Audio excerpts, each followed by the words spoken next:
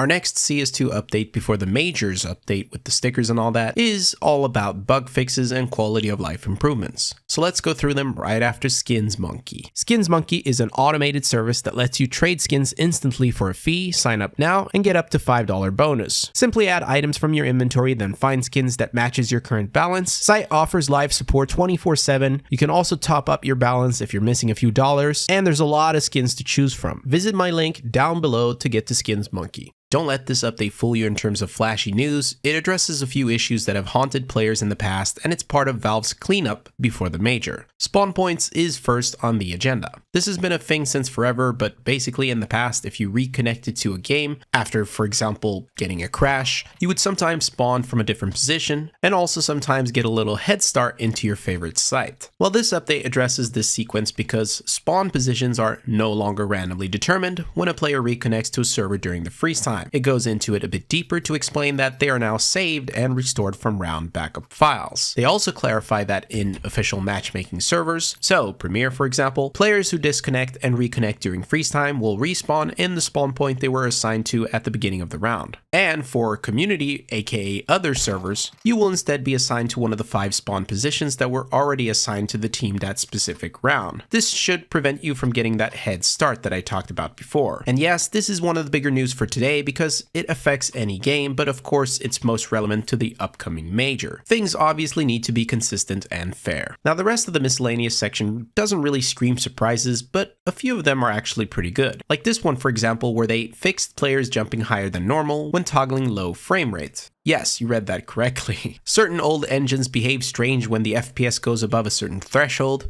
but for CS2, it seems to be the opposite. Or seemed. As game-breaking as it is, it's fixed, which is nice, and, well, personally sitting at 10 FPS, I can't seem to reproduce it with the latest version. On top of that, they also fixed inconsistent jumps in this update, which is nowhere to be found. It's actually a surprisingly good update for movement connoisseurs like myself. Why does Valve keep hiding the bangers? Anyway, this next one is a bit interesting. I know that I've had issues throwing flashes after each other recently, and I was wondering if it was me or perhaps the server, and maybe I can point my finger at this patch note. But honestly, it's more likely that it's just boomer reflexes. You know what? Let me know in the comments if this patch note makes sense to you, because I think this was only an issue recently. This next one is pretty self-explanatory, not anything specific to dive into, but I saw someone on Reddit praising how Smokes no longer dip his FPS by a huge margin, so this might actually be a big one hiding in between all the patch notes. This seems nice for Linux users. It also reminded me just now that CS2 is in fact playable on other things that aren't running Windows, and this one where they fixed some cases where a frame rate hitch would occur due to compiling shaders sounds welcoming as well. But this one stands out a bit because players who get kicked from official competitive servers for too many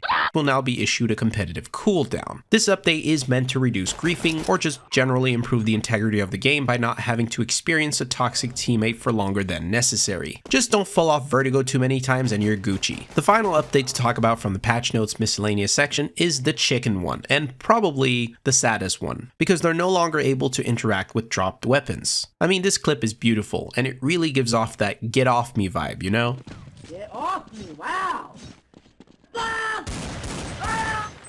Sadly, this feature had to go, and the chickens are once again nerfed. That is the miscellaneous section, but Valve were a bit sneaky and dropped a secret update which wasn't part of the patch notes. Austin revealed with the help of RAO with 4 threes that using these stop sound commands removed the tinnitus sound effect from flashes. This alone started a lot of discussions around the sound effect, and some people suggested that it should just be a feature that you can disable through the audio settings. So what did Valve do? They removed those sound related commands from the game. They might have left it out from the patch notes to avoid highlighting past vulnerabilities, but that doesn't stop anybody from the CS community from figuring out what they did. But to balance it out with some good news, Thor noticed an FPS boost on the slower frames after this update prior to the old one. This means, at least for Thor, that the overall performance of the game should run a lot smoother and will perhaps affect you positively as well. The next and last bit of interesting section of the update is on Inferno. I believe Inferno was the main focus here since we've seen its popularity